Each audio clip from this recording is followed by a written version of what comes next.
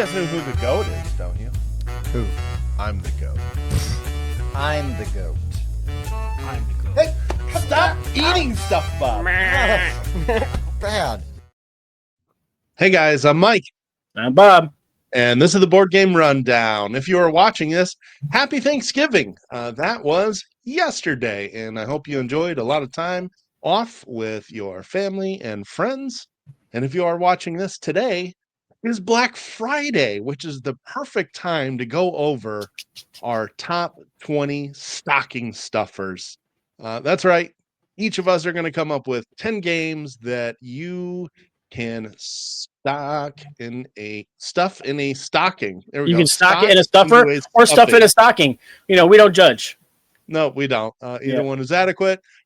Black Friday, of course, the busiest shopping day of the year. So we thought, you know what? Better time than to come up with games that you can buy for a loved one for Christmas when they're all on sale. Yeah, Um, probably. so, Bob, you have any criteria that you have for this list besides being small enough to fit in a stocking? Well, that is the main criteria. You can't fit them all in the same stocking at the same time unless you've got really big stockings. But they can't all fit in a stocking. And I kind of feel like all these games are safe to get people. Like, even if you're not sure what games they have in their collection, if they have this game already, one, you're not going to be out like $50, $60, you know, and nothing's going to be done with it. And two, they can then just kind of, you know, re-gift it or give it to somebody else, you know, who they might know that also enjoys that game. So, you know, don't be mad if they're re-gifting a gift because they already have it. I feel like these are all safe bets that a lot of people can enjoy. So, Yeah, so of course, wanted to pick games that are enjoyable. I also tried to create a list that these are games that you could buy for an experienced gamer like us, somebody that's already maybe even has hundreds of games. So I've got like new releases that maybe they haven't picked up yet. Maybe some older hidden gems that you've never discovered before. But yeah, the common thread is all of these are going to fit in a stocking. All of these are small enough to fit. But realistically, there's probably only 3 or 4 that would fit at once. But I've got some pretty small ones here. So if you yeah. get the smaller ones, you might sneak 5 or 6 into a stocking. Mm-hmm. But yeah, always some great deals going on if you're checking those online retailers. I know some of these are going to be available in store as well, of course. I have a But couple with caveats that I will point out when we get to them, like where you can find them, because you won't be able to find them in normal stores. Gotcha. Okay. Good stuff. Good stuff. As far as I know, all mine are readily available. So pick where you want to pick them up. All right. So let's stop delaying. We always start with Bob and his number 10.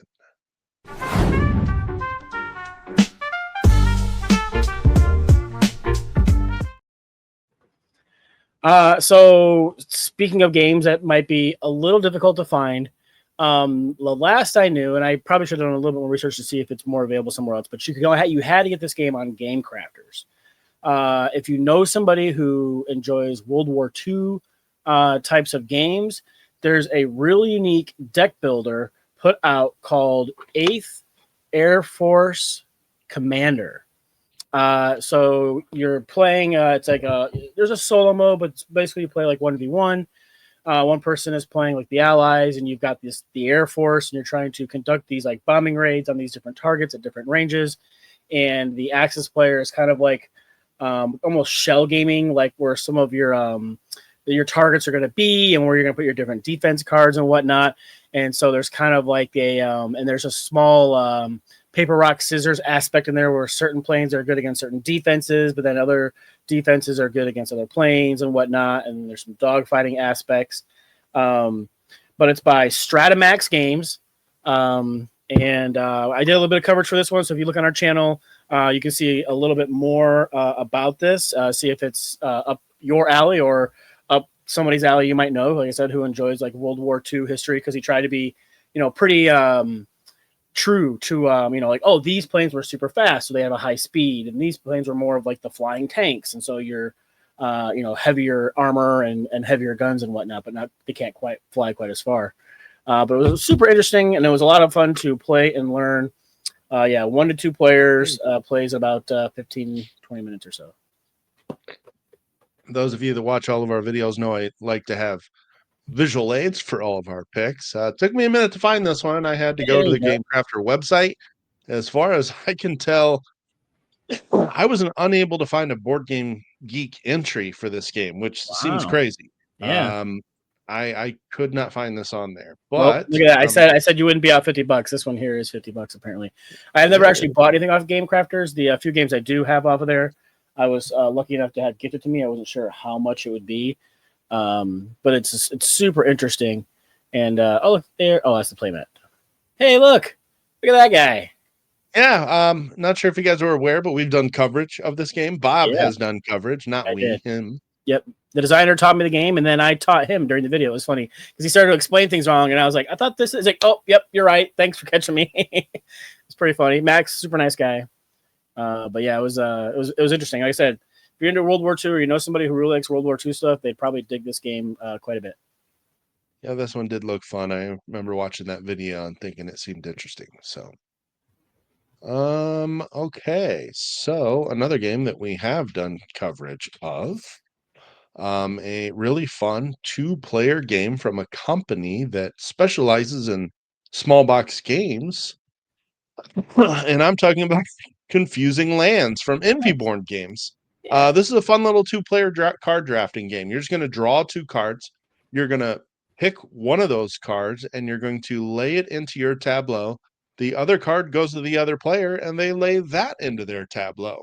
And you are basically creating these different lands that are going to score you points based off of these scoring criteria that you collect as well. It's just really interesting because you can see the tableau that people are building. And so, yeah, maybe you want to take the best card for you, or you can take a card that really screws over the other player. It plays really fast. It only plays in like 10 or 15 minutes, really easy to learn, but there's a lot to think about in such a simple drafting and tile laying game as such, it just with cards. Easily small enough to fit into a stocking. One of the great games that you can pick up from Envy Born Games, it is Confusing Lands.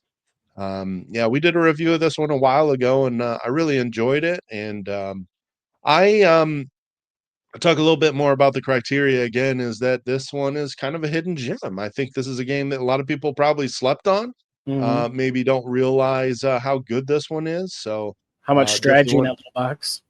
Yeah, exactly. So yeah, it is definitely crunch per rule ratio is very high with this one. A lot to think about on a turn, and scoring gets interesting very quickly. So that's my number 10. Nice. Back to Bob for number 9.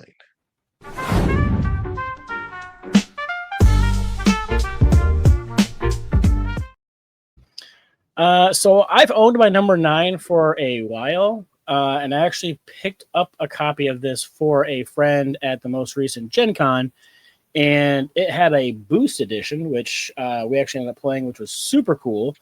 But it is a deep sea adventure. Nice, tiny. What's that?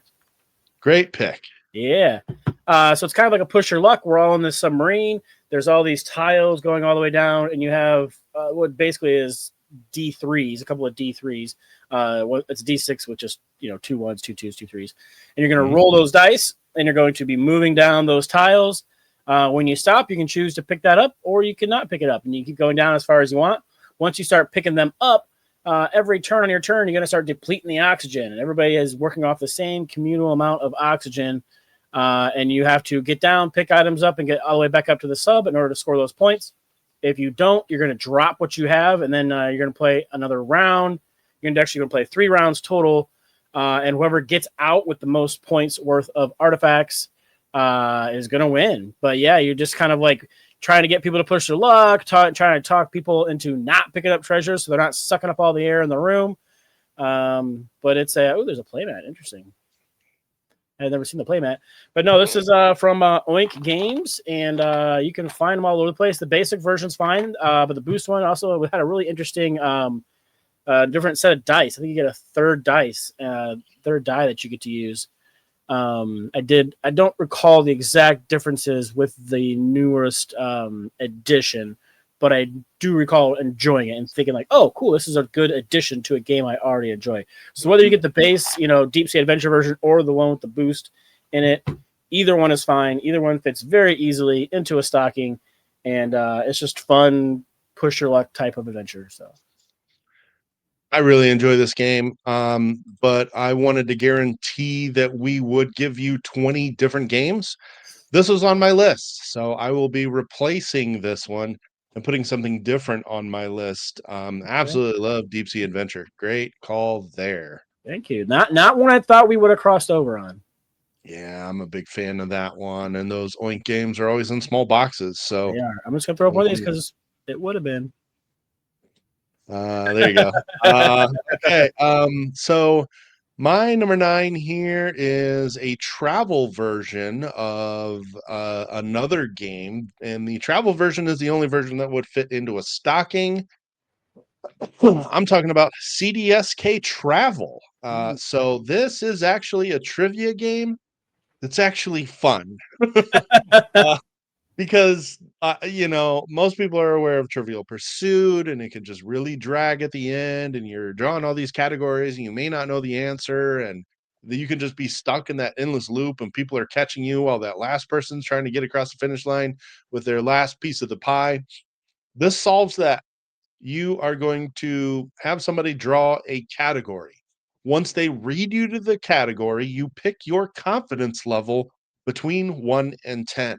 That determines how difficult the question is. Then you answer the question.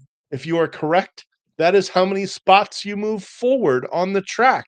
Once somebody crosses the finish line, game over, they win. It just solves that. I mean, if you get a category you don't know, pick one. Because the ones are, even with really hard categories you know nothing about, the ones are so basic level information that you can still get a question that you can answer. So even at like 1, 2, and 3, you get really easy questions about stuff you may not know anything about. But the push your luck part of this really, really makes it shine. It's really fun. I love when you come across a category you know a ton about, and you get to correctly answer with a 9 or 10 and move up that many spaces. It just really solves what makes past trivia games not very fun. And I found this game actually a blast to play, and really look forward to playing it again. This is CDSK Travel, because that's the version that would actually fit in a stocking. Nice. I enjoy trivia games. Yeah, I do too, but there's just so many of them. Like, okay, answering the questions is the fun part. What else is there? Sure. And this just fixes so much of those issues I've had with past ones.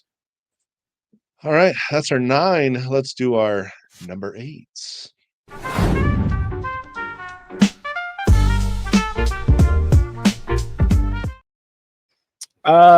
My number 8, I've taken to many a meetup and many family meetups, and always a good time. It plays a bunch of players, and even with the egg expansion, it adds a lot of fun. I like to drop little hints to see if Mike can see Mike down there trying to find it before I reveal. Chicken. Yes. So it comes in this cool little tube. It's got a play mat in there and a bunch of dice and little minis to mark your character.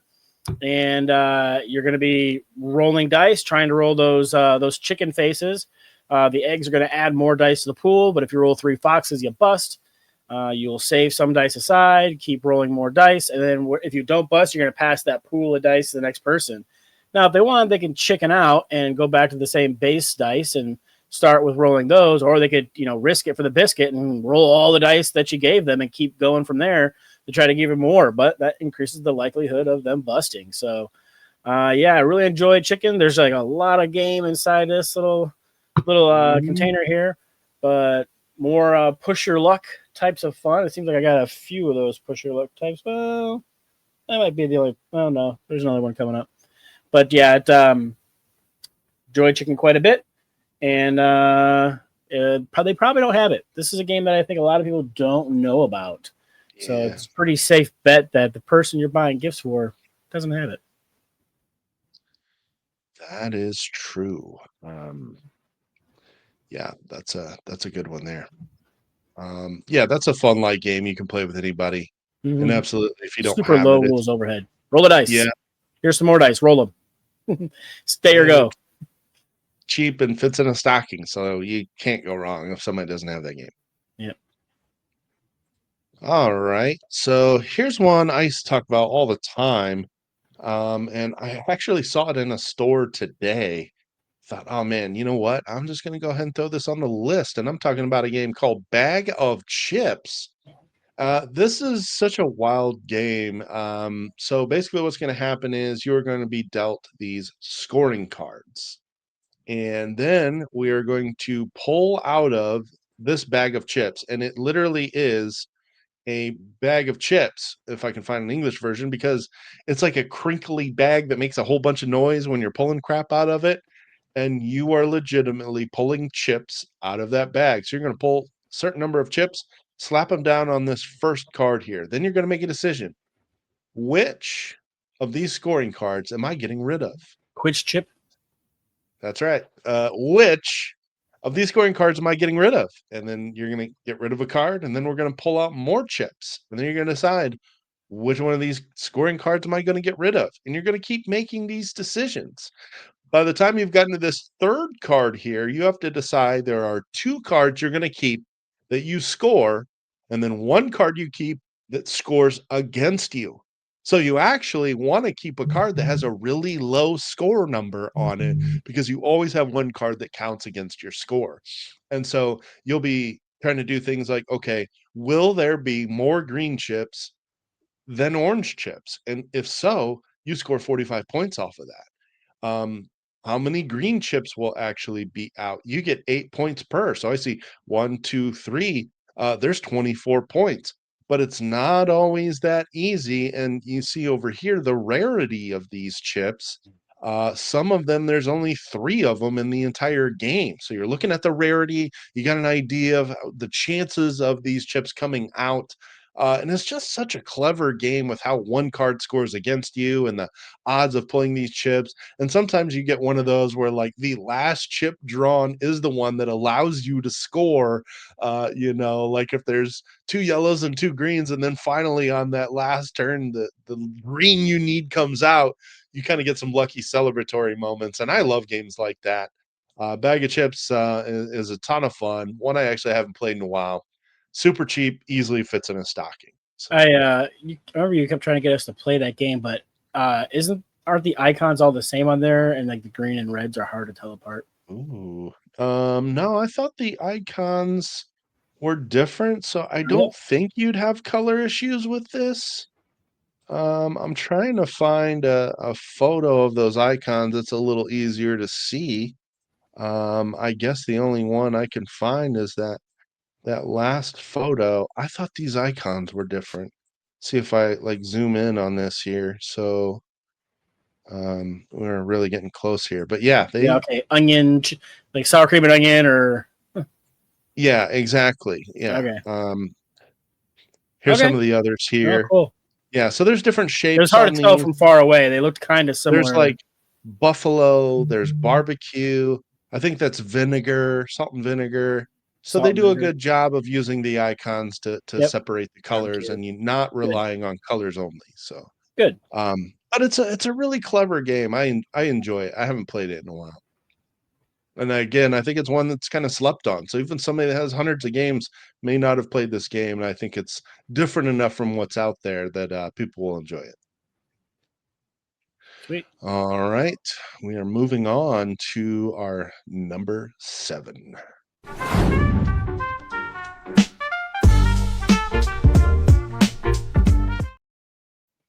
All right. My number 7 comes all the way over from our friends in France at Captain Games. This is one of their newer ones called Duck and Cover. So a nice thin box with some cutesy art. You're going to be laying your cards out in a grid, and you're going to be, and you have that kind of master deck. You'll be flipping a card over, and that's the card that's going to move, and you're going to like either like duck it underneath and move it to beside another card, or you're going to cover a card next to it, and you're basically going to keep going until you either when you flip a card over and nobody has that card out, that card gets pulled out. I think once 3 cards have been pulled out, the game ends. Or if somebody can't make a move, then the game ends. And you're going to add up however many points you have showing, and whoever has the fewest amount of points showing is going to win. But it's kind of a super light, a little abstract strategy, moving them around. I would say tableau builder, but you're not really building it. You're kind of like deconstructing your tableau, as it were. And each of like the decks that you get on the cards are, kind of uniquely themed. There's like some Egyptian ones. There's like Halloween ones. There's 7 different themed decks inside there that you can play. It plays up to 7 people. And yeah, it's got some cute, artsy duck art on there, and a nice light game. 20-minute playtime, and not a lot of people know or like I've heard about this. It came out Gen Con, I think, last year. But relatively small release on it, but it's worth checking out and stuff it in a stocking. Yep, that one is fun. It's got really fun art too. Okay, let's talk about another game that supports a lot of players here. There is a big version you can get in this game if you get the deluxe, but if you get the standard, this easily fits in a stocking, and I am talking about Emerald Skulls. Ooh, nice. This is a Thunderworks publication that came out this year, so it is a new game, and this is fun. You're betting on the results of someone's dice rolling, and there's just so much fun to be had with that. So one person is rolling these dice. They're 1 through 6. And each time they roll dice, they have to place them either on the teeth, the bottom teeth, the top jaw, the nose, the eyes, or all the way up there in the top of the skull. And after each roll, players in real time are putting their betting tokens next to these side bets that you're rolling, and you are betting on what's going to happen at the end. Are they going to have, let me kind of zoom in on these a little bit here. Will they have any dice at the top of the skull? No, that's something you can bet on. If the last die they put ends up in the skull, because the clever thing about the dice placement mechanism is that you can't place anything lower than what you've already placed. So if you put a 6 down in your first turn, yeah, not smart. You got to start down towards the bottom with your lower dice. You got to work your way up. And so that kind of tells you the things that the dice roller is sort of looking for as they roll more of these dice. And it's just sort of fun trying to talk them into placing certain dice so that you can win your bets. Really enjoy this one. There's some basic bets you can start with, but as you get more experience, you can add different types of bets into the game. It does support, with an expansion, it supports 8. The base box that fits in a stocking supports 6. I think it's probably better as like a 4 or 5 player or less game because it can run a little long, but really enjoy what you're doing here. If you do spring for the Lux, I will tell you, you get some fantastic metal bits are awesome. coins Yeah. and a nice play mat for it. But really a lot of fun betting on somebody else rolling dice. When it's not your turn, that's when you're kind of having the most fun here. And then whoever has the most money at the end of the game wins. I loved the somebody's rolling, they have a crappy roll, and everybody's racing to bet on whether they're going to bust or not. Like, yes. Yeah. If you can't place a die, you actually bust. Yeah. So if your last die placed was a 4 and you just rolled a 2, you got nowhere to put it, you're out. And when you kind of see that potentially happening, yeah, everybody will try to race for that one bet, but there's limited spots. Only so many people can take those bets. Certain bet spots. And so you get blocked out of being able to pick those bets. Yep. It's a really fun, unique dice rolling game. Yep. That real time kind of putting your betting tiles out. Enjoyable. Yeah, I always like those sort of real time sort of betting games that are kind of like this. So it's a hit. Yeah, that's a good pick. I wouldn't have thought about it because I have that deluxe that came with the other game inside it. Yeah. So it's a much bigger box. So I wouldn't even have, it didn't cross my table here. It's kind of the if you've played Goblin Vaults also by Thunderworks, it's the Yep, same size as that box. It's kind of your sort of standard, I guess, tiny epic box sizes.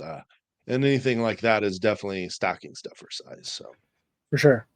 all right, moving on to number 6.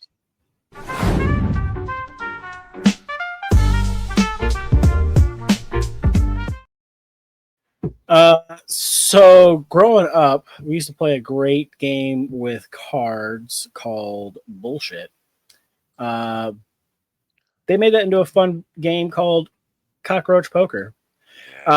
So people know I don't like a lot of like social deduction games because you're kind of making up stories out of whole cloth and kind of gaslighting your friends. While this is lying to your friends, to be fair, it's more of a bluff, right? You tell you everybody's got a handful of cards. You don't want to, lose your cards because if you're around out of cards, you can't play any. That means you're out, and this game has one loser, and everybody else is going to win. What you're going to do is you're going to take one of your cards, you're going to put it face down, and you're going to slide it over to one of your friends. You're going to say, "That's a cockroach." They can either try to say, "Yeah, I believe you," and flip it over. And if it is a cockroach, you got to take it back. And if it's not a cockroach, they got to keep it. Or they can decide, yeah, I don't want that. And they look at it, and then they have to give it to somebody else. They're like, yeah, you know what? He was telling the truth. It is a cockroach. I'm like, no, he's full of shit. It's a fly.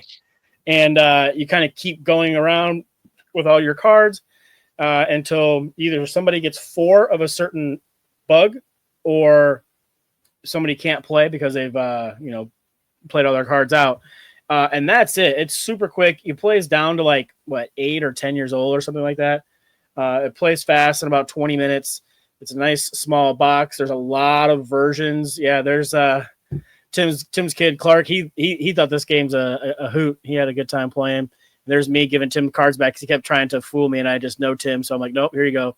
Okay, it's this. Oh, no, it's not. No, it's not. No, yeah, it is. And I kept calling him and just giving him right back to him because Tim just can't lie. Oh, he finally got me. But hey, I can't get them all right.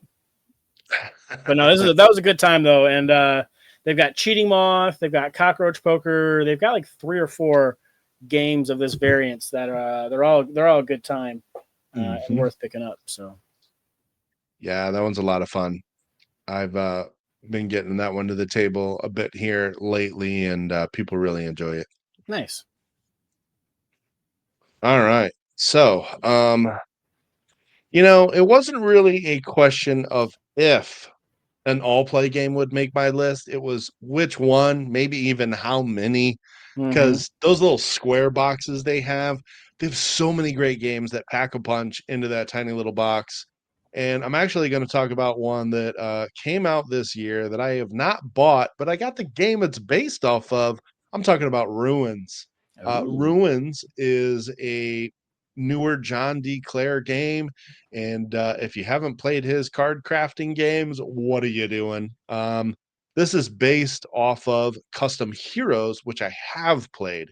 It's a card shitting game. And basically, what you're doing is you are kind of playing cards sort of into a trick, and you're trying to get rid of your cards, except that you can customize your cards. So the suits, the abilities, even the numbers can change as you continue to play the game. And as you kind of see from hand to hand, as these cards start to get manipulated and get these additional bonuses, this card starts out as an 8, but now it's a 10. I just love seeing the flow of the game as these see through covers get added to these cards and start to add different abilities. I just really enjoyed Custom Heroes, and I've heard that Ruins kind of refines what Custom Heroes created, and it's even better. So, slight cheat that I haven't played it, but I know how this game plays, and I know it is absolutely fantastic. And the fact that they were able to fit it into one of those small all play boxes, you just have to go and pick this up. And it came out this year, so even your experienced gamers may not have this one. I'm going to cheat real quick because this game is less than $10 and it's another all play game, and it's called Fairy. It's literally like the size of a deck of cards. And in this game, you literally are just revealing a card, and then you are trying to guess what the next card is. Is the next card higher? Is the next card lower? Is the next card the same number because there's 3 suits? Or is the next card a fairy and there's only 3 fairies in the entire deck? Once the deck is empty, game over. It's just a super fun game of trying to guess the next card that's played.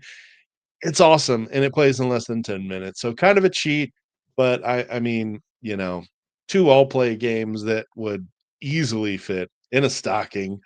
Again, it wasn't how many or if it wasn't if, it was how many were all play games are going to fit on here. So there you go. That's my number 6, Ruins and Fairy. But take your pick. I could have chose so many. All right. All right, top 5 Woo. games that'll fit into a stocking.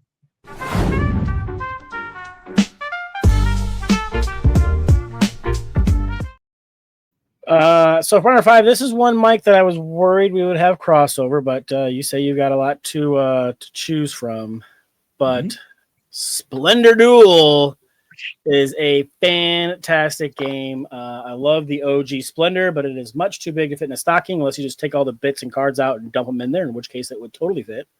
But for some reason, the box needs to be this big. But thankfully, the Duel version is nice and compact. It adds some really cool, unique rules for the 2 person. There's that timing element as while you're picking up those the tokens there. It needs to, and you're spending them, they go back to the bag, and then somebody has to take an action to replenish that board with those tokens from the bag, and that just kind of adds a whole new thing to worry about, something to consider as you're trying to take your turns, because you're trying to slow play it enough to force the other person to take that turn to replenish it and everything. And you're doing some engine building, and then there's the couple of different ways to win by getting the crowns or getting points, or by getting what is it, just 10 total cards, I think it is. 10 points in one color. Is that what it is? 10 of one color? Okay. Yeah. 10 of one color, 10 crowns, or 20 total points. Yeah.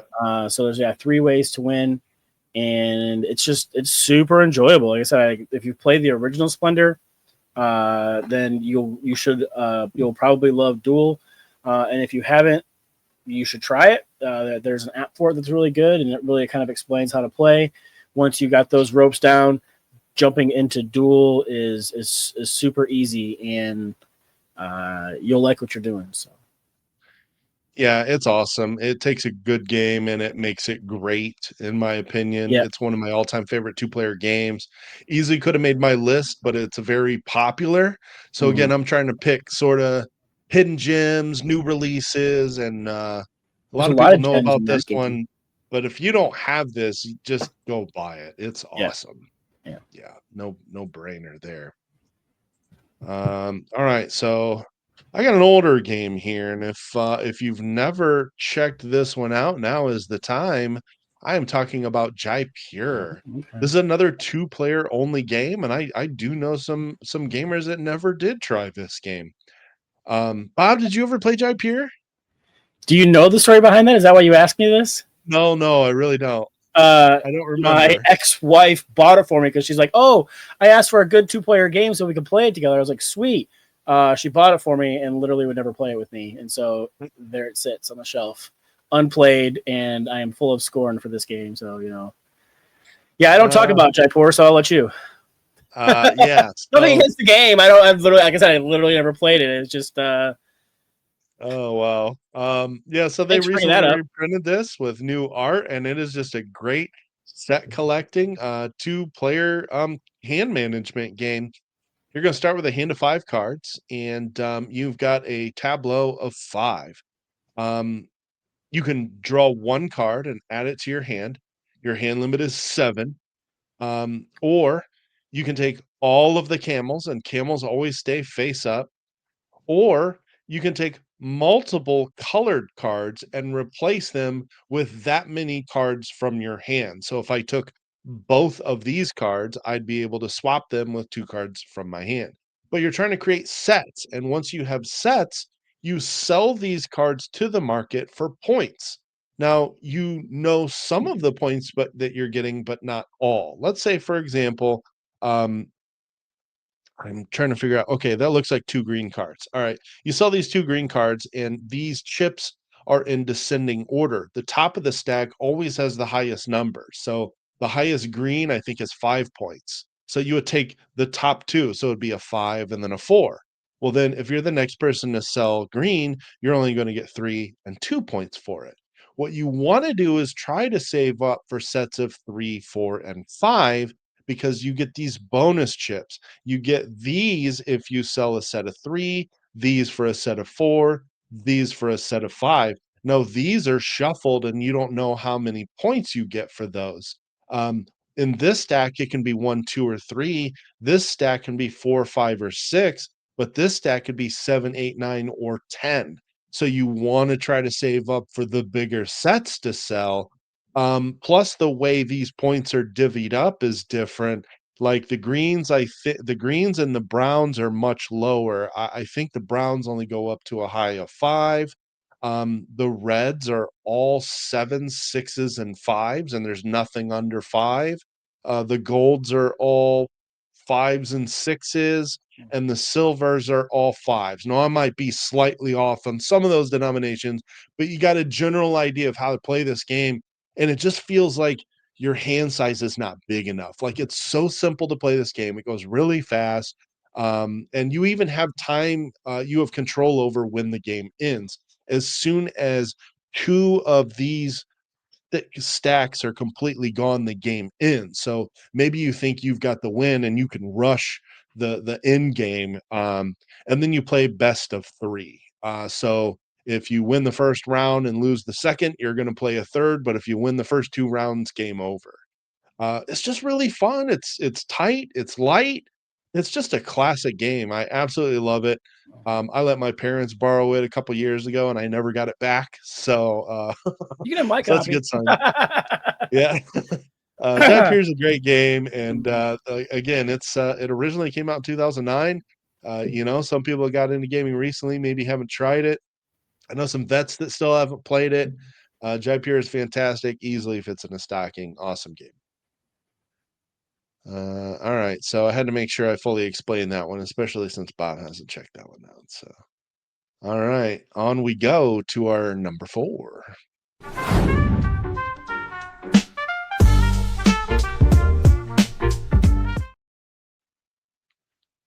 Ahoy, kittens. We talked about this game quite a bit. It's Doesn't matter. fantastic. It's, It is. Mayday Games, Ahoy Kitten.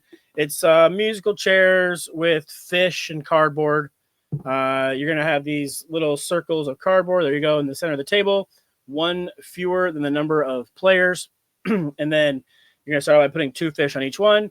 You're going to 1, 2, 3 point, or 1, 2, 3 on whatever you want to count off, want to be on 3 or after 3. And then if you're the only person pointing at a piece of cardboard with fish on it, you get to collect those fish and put them on your boat. If there's multiple people pointing at that piece of cardboard, nobody's going to get to collect those fish. You're then going to replenish fish on the empties plus an additional 1 on each one that still has fish on it. But now you have fish on your ship, which is another piece of cardboard with fish on it that people can point to. 1, 2, 3 point. You can point at other things of fish, or you can protect your fish from other people who might be trying to steal them. However, if you do protect your fish, you're then going to sail back away to bank those, flip your ship over, you're out for the next round while everybody else is collecting more fish. But it's a great kind of push your luck set collection type of game. I've taken this all over the place. Everybody loves it. My mother swearing at my niece, I say this all the time, was one of the best stories at Christmas time because she's, no matter how many fish my mom put on her boat, my niece was stealing it the next turn. She's like, damn it, Paige. And she just kept taking all of her fish. It was fantastic. But no, it's a great game. It's super light. It's got cutesy art. I mean, it's pirate cats, and it's kind of a no-brainer. And it's another one of those games, like I ended up with a second copy that I got as a gift. And what I did is I just took this game to a meetup. I said, okay, here's how we play. We're going to play, and whoever wins gets the extra copy, and it's just, it's a ton of fun. You'll get your money's worth out of that in no time. It is an absolute blast. We can't stop talking about this game. Bob, say your famous line about this game. It has more. It's more fun than it has any right being. Teach Yeah. it in 15 seconds, and you will just laugh your Yeah. butt off every time you play it. Yeah. And it's like, you're kind of looking, you're like, what? That's it? But then you start playing it, and I've scored 0 points in this game, like I don't know how many times, and I still had a good time. And then that's not me. I'm not the kind of person who enjoys scoring 0 points. Okay. Yeah. You're just laughing at it because you keep coming up empty-handed, and it's hilarious. Yeah. Yeah. Oh, I love it. That is a good one. Easily could have been on my list, but I wanted Yeah, to that was one of the other guarantee- ones I thought about we might have crossover on. Yeah, I wanted to guarantee no crossover, but yeah, easily would have made my list otherwise. All right. So I had to get a trick-taking game on this list. Lots of people love trick takers, and I got a new one that I played for the first time this year called Fishing that I really enjoyed. And this is a super small box. It's really just like the size of 2 decks of cards. And basically, how this game works is each player is going to be dealt a hand of 10 cards, and then you're going to play those out into a trick. Well, the highest number wins. And at the end of the round, all of the cards that you take in tricks counts as a point. So if you're playing 4 players and you take 5 tricks, well, 4 times 5, you just scored 20 points. Yeah, there you go. Then you're going to take that, you're going to shuffle it, and then you're going to deal yourself a hand of 10 new cards. So that means, yes, you're also deck building. So you want to try to put good cards into your tricks and win those so you can get those good cards back into your hand. But Mike, what happens if you don't have 10 cards to put into your deck? Well, then you get to draw from the ocean deck, and those cards are better than any of the cards you've ever seen before. At the top of the stack is 1 stars, then 2 stars, 3 stars, 4 stars, and 5 stars, which get gradually better and better. When you start the game, you've only got the 1s through 10s in the games. Then you'll start to see the 11s, 12s, 13s, 14s, 15s. You'll start to see trump suit, which you don't get when you start the game. So you start adding trump to your hand.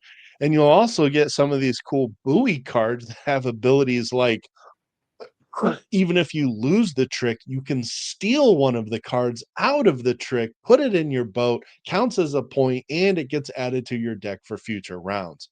That combination of mechanics I loved. This game worked so well. We played it a couple times at Grand Con, 3-player, and I just thoroughly loved what this game was doing. I cannot wait to play this again because it just does something I've never seen another trick-taking game do again, which is deck building plus trick-taking. Yeah, that was super unique, and like I really enjoyed how the further down you go, the stronger those cards get. And it's like, man, should have taken all those tricks early. Thought you were doing good. Now I'm over here with like my 15s and my 19s. I'm taking all these tricks.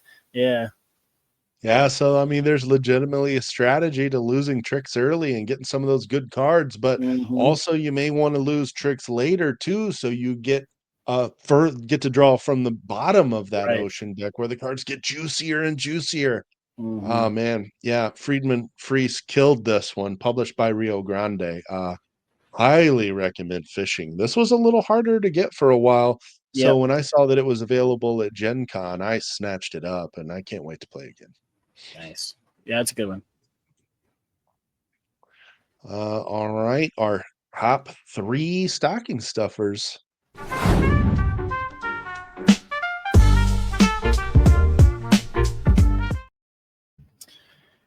Well, so for my number 3, In Vino Morte. Yeah. I love me a good battle of wits. And in this game, you are going to be dealing out. You got pictures. You have cards, you have wine cards, you have poison cards. You have to deal out at least 1 wine and at least 1 poison. But then from there, you can deal out as many of what as you want. You're going to deal out all those cards face down to each player. You can talk a little smack each time you do. Once you've dealt all the cards out, the Battle of Wits has begun. Starting with the person to your left, they will choose to either flip their card over and drink what they have in front of them, or leave it face down and trade it with somebody else. Once it's gone all the way around and they've chosen to either trade or drink, when it gets back to the person who's dealing, everybody with the card still face down in front of them will then flip it over and drink. If it's poison, you are out for the next round. If it's wine, you live, and you play another round. And you keep going until only one person is remaining. You cannot put iocane powder in both glasses. That is cheating. But no, so it comes in this little tiny little wallet. It's kind of the downside because I bought this game and then I lost it. And I was like, no, what? I know I bought it. I could not find it. And finally, randomly in one of my pockets on one of my bags, I found it one day looking for my bag of coins. And so now I make sure I keep dibs on where it's at. It's actually big enough to where I was able to sleeve my cards inside there. So now I don't have to worry about, I can take it to like, bars or what have you. If it's a little wet, it's not a big deal. Super easy to carry with you and take. But the Battle of Wits in Vino Morte is a fantastic little stocking stuffer that I can almost guarantee they don't have, because it can be a tough one to find. It's relatively new, and slept on. Another button shy game. I mean, they're Yep. the masters of those little tiny games that easily fit in a stocking. Mm-hmm. You could probably fit every button shy game ever made into a stocking. The same stocking at the same time. Yeah. The same stocking, exactly. Yep. Nice. I always struggle to find the right pictures because there's like few sort of special. Yeah, there's a lot of versions. I mean, because you could make any kind of picture you want, really. And the one I've got, you show the one I have. That's the poisons and the one that I got there. But yep. Yeah, it is fun. I got to play this one at Origins. All right. So now for something completely different. Mm. My number 3 is not a game. It is an accessory. And one thing I really enjoy having is card holders. I like when I don't have to keep a whole bunch of cards in my hands. I like when I can keep both of my hands free to drink on the side or just manipulate pieces or maybe help deal cards to other people, whatever it may be. And the best ones I have found are the Geek Up card and bit holders on the Geek Market on BGG. These are absolutely fantastic. Now, this is for an entire set. That's $45 for all 13 colors. But if you just want to buy one of them, it's $5. Now you got to pay shipping, and I think it's somewhere between like $10 and $15. So go buy like 4, 5, or 6 of them, enough for just your table. Pay the shipping.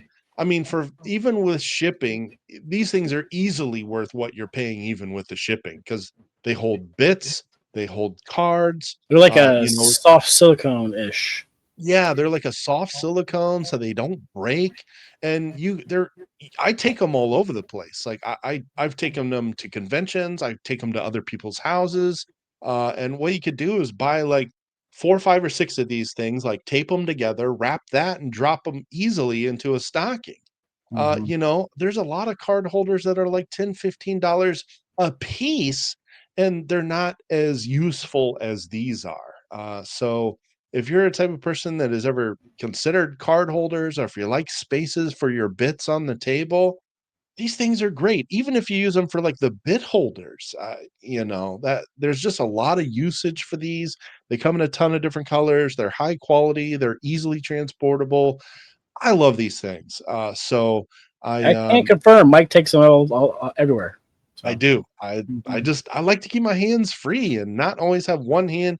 I also, the other reason I do it, I don't. Yeah. Shut up. I have small hands. You said it. I was just over here, handing the cards out, and yeah. But I mean, the other thing is too is like if I put my cards face down, I have to keep lifting them up to remember what I have. You got a ton of cards in your hand, and you can't remember all of them. You can always see them. You don't have to keep flipping your cards back and forth and putting them face down. And I just think there's a lot of reasons why card holders make a ton of sense for me personally. But if you've ever considered these things, just do it. They're great. And you may actually find some on sale, for the holiday season. So it's on the BGG store. And you just look up Geek Up Card and Bit Holders, and you'll find these, and they're great. All right. All right. Time for our top 2.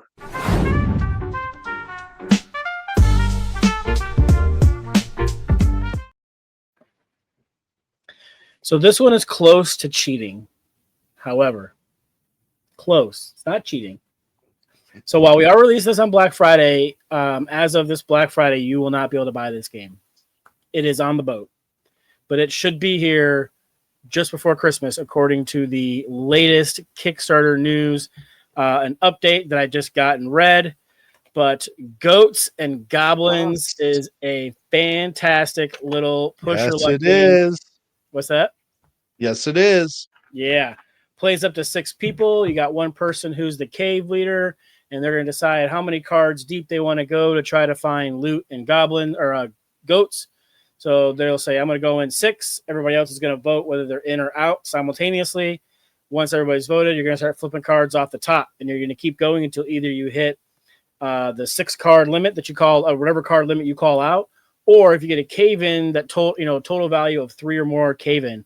In which case, if you cave in, everybody who stayed out gets to divvy up all the spoils that you did find. And if you do make it all the way through, then you get to divvy up all the loot that you found with the people who are, loyal enough to go in there with you. One of the fun things about it is even when you're not in, you get to still kind of participate. You can push 2 and make them go 2 extra spaces. You can flip all votes and be like, you know what, that does look like a good amount of loot. You're out, I'm in. And so there's just a lot of kind of take that moments, but none of it's too mean or hurtful. Really, it's just it's fun. It's lighthearted. Plays in 30 minutes. And like I said, odds are they don't have it unless they kickstarted it, in which case they'll get it. They were going to try to airdrop in a pallet, but unfortunately with the price of what everything is now to import it, they were unable to do that. But they are saying that they should be able to get a boat in. Keep an eye on BA Games. I think that is where you might be able to buy it on their website, or talk to your local game store and make sure that they've got their order in and reserve yourself a copy, because Goats and Goblins is a hit. We got to cover this game for the Kickstarter, and I still backed it. I think this game is just an absolute I got to keep the prototype, and I still backed it because I wanted a legit version of it. Exactly. Look, folks, just because we do coverage on the game doesn't mean we don't enjoy them. That's right. Not only are we here called president, but I'm also a client. Just reiterating something you said, I love how when it's not your turn, you're still involved. You're invested on every single turn. Yep. If you are in, you want to make sure that person does not bust. And if you're out, you want to try to make them bust. And that one card where they have to draw 2 more, you only get to use that once per game. So it's such an important decision. And what's fun is sometimes you'll have multiple people that are out that haven't used that card, and you get a chain reaction. I'm going to use mine. He still hasn't busted. I'm going to use mine too. Yeah, because now that pile's even juicier. Using mine. Yes. Oh, it's so fun. So fun. Great call on that one. I actually considered it. Yeah. Knowing it wasn't quite out, I left it off. But Bob's right. Before Christmas, you probably could be able to pick this game up from somewhere. So, oh man, that's a good one. I'm sort of mad I didn't include it, but again, no crossover. You're getting 20 different games here, so. Okay, so this is another Gen Con release. I did not pick this game up at Gen Con, but I've had some people really hype this game up, and so I ended up picking it up online, and I am talking about Fliptoons. This is another Thunderworks game, but it doesn't look like any of the other Thunderworks games.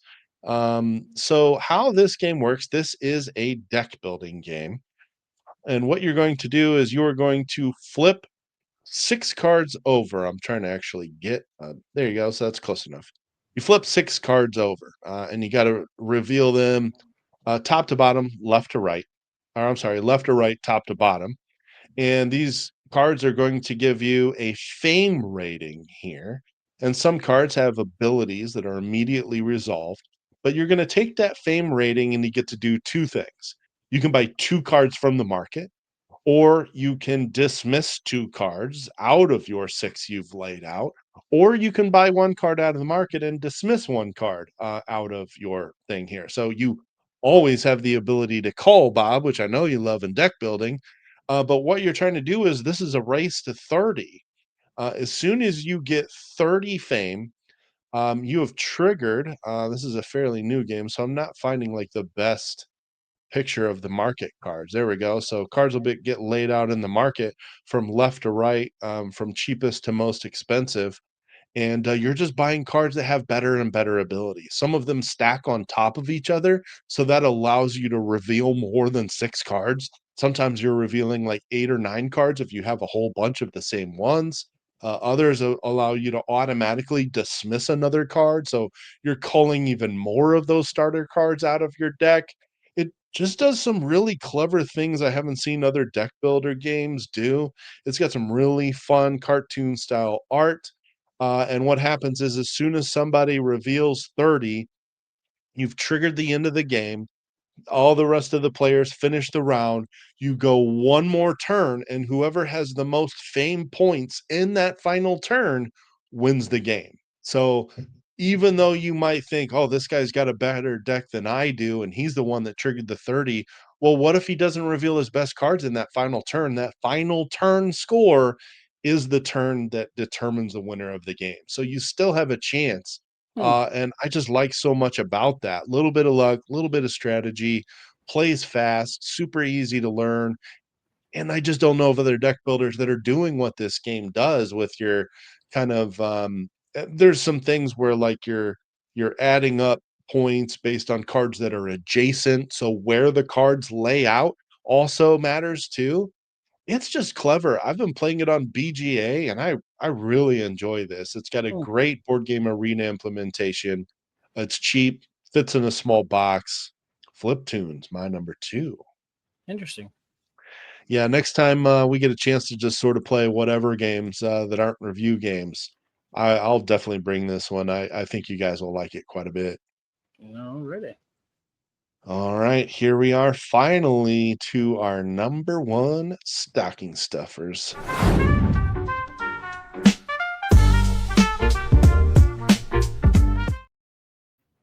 Well, it's probably going to come as no surprise, but I guess depends on what version you get. Flip 7 is a fantastic stocking stuffer. It's a great card game, a little bit more push your luck. 12 12s, 11 11s, 10 10s, all the way down to technically 2 1s and a 0. And then there's some specialty cards in there too, but you're just kind of dealing these cards out one at a time, and people are either going to take a hit or pass and collect what points they have. First to 200 is going to win. But if you get 2 cards of the same, you bust and you score nothing. And I was fortunate enough, so I got the little promotional pack here. When I was at Gen Con, I purchased Gnome Hollow, and when that game was released at Gen Con, they were giving away free copies of this. I have since bought 3 copies of this and given them away as gifts, given away as prizes. Again, they odds are they might have this game if it's an experienced gamer, but even if they do, you can get them another copy because they might be wearing their copy out because they're playing it so much. Or they could just, give it to some other people that they game with at meetups, conventions, and what have you. Because I mean, this game is great. It's fast. You can play with almost an unlimited player count, and it says right on the box it's the greatest card game of all time. It's a bold statement. Close accurate, but it is a bold statement. Like there's a lot of card games I play that I really enjoy, but that thing is. It's fantastic. So it's brilliant. I mean, honestly, it could have been my number 1, and if Tim was able to join us, it could have been his number 1. Like everybody freaking loves this game. It's so fun. Yep. I sort of just intentionally left it off, knowing somebody was going to cover it because it deserves its spot. But go pick up the Grinch version. It's the same That's price. Great thematic. It's the same game. It's just different art. Yep. But I've already got multiple copies of Flip 7, and I still may go get the Grinch version. Actually, I'm going to. I'm going to gift a couple copies. Guaranteed, I'm going to be gifting some copies. So, Yeah. awesome pick there. All right. All right, another game that we covered earlier this year. Really, really enjoyed this game. In fact, it beat out Flip 7 for the Golden Geek Light Game of the Year in 2024. And I remember we were all mad about that, but Yep. man, It was a good I game though. love Castle Combo. Yeah. This game's really good. It's kind of like take the 3x3 grid part of Earth and make that a game. That's kind of what this is. So basically, what you're doing is you are creating a 3x3 grid, and you can't build outside of that. You've got a messenger up here, and he's going to be sitting next to um, village cards and castle cards. You start off with 15 gold and I believe 7 keys. You can spend a key to move him, and then you must acquire a card from whichever row he's sitting next to. The thing is, every key at the end of the game is worth a point. So you may not want to spend those keys hastily. And then you're going to take that card you've acquired and you're going to put it into your grid. All of these cards have a totally different way of scoring. You can get 10 points if for each blue, green, and red emblem are in your town here. You can get 8 points if this card is in the top. You can get 3 points for every green that is in this vertical column here. So that was a bad placement. He got no points for Yeah. that one. Um, you can get 5 points for every card that you had to pay 5 or more for. There's the cost. There's 1, 2, 3, 4. Dang, he got 20 points for that card. 1 point for every card that has a gray banner on its side here.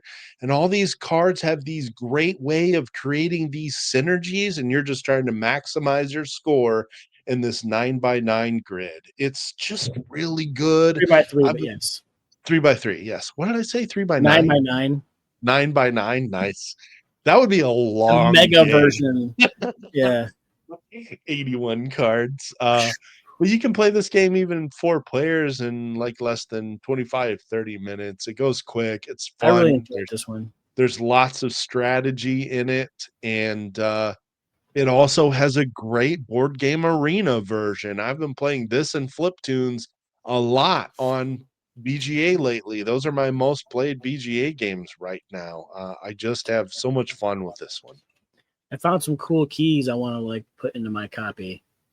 I was waiting for you to bring those up. Also, The up here by only my thing is- screen, I haven't busted my game out since I found these keys. And I'm pretty sure I've got like 2 baggies of these. So, I I don't should know have if they would. Do they fit in the box? I would think so. Maybe. They're not Probably not. It's kind of a tight fit inside of that box. tight like a tie get. Well, okay. Well, if they don't fit, they don't fit. Then I won't use them. I just saw them and I was like, ooh, I know what these would be good for.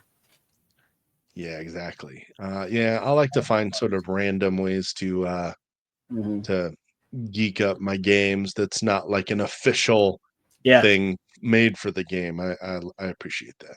Mm-hmm. All right, so that's our top 20. You got officially 20 different games. Bob, I think I want to skip on the honorable mention since we did achieve our goal of 20 different games. And Yeah. let's go ahead and just do a rundown of our top 10 real. Recap them back. Yep. All right. Go ahead. My number 10 was the 8th Air Force Commander. Number 9, Deep Sea Adventure. Number 8, Chicken. Number 7, Duck and Cover, both. Number 6, Cockroach Poker. Number 5, Splendor Duel. Number 4, Ahoy, Kitten. Number 3, Invino Morte. Number 2, Goats and Goblins. And number 1, Flip 7. Great pick. So many of those could have been in my top 10. All right, my number 10, Confusing Lands. Number 9, CDSK Travel Edition. Full-size edition will not fit in a stocking. Number 8, Bag of Chips. Number 7, Emerald Skulls. Number 6, Ruins and Cheating Fairy. Number 5, Jaipur. Number 4, Fishing. Number 3, the Geek Up and Bit Holders from Board Game Geek. Go to the BGG store for those. Number 2, Fliptoons, and number 1, Castle Combo. Nice. Yeah, that was a lot of fun. We wanted to find a creative way to kind of talk about more small box games and something that would be relevant for the holiday season. And maybe we'll still end up doing a list where we talk about like actual full size games that you could gift the gamers in your family. But we are going to put this out on Black Friday. So hopefully we can launch your holiday shopping with some good suggestions that won't break the bank. For sure. Bob, anything else you want to add to this? Yeah, make sure you catch us every Wednesday at 8 p.m. Eastern. We do a live show called Whiskey Wednesday, where the whiskey is optional, but attendance is mandatory. We'll sit there and talk board games and interact with the chat and have a good time. So, indeed, give us a thumb, subscribe if you're not a member already. Sorry, Tim, our main host couldn't make it tonight. He is out of town visiting family. Wanted him to join this, but this time of year sort of gets a little tight with visiting family and travel, and we really wanted to make sure we got this out on the big shopping day of the year. So hopefully 20 games is still enough suggestions for you to find some good gifts for that gamer in the family. All right, I think that does it for us.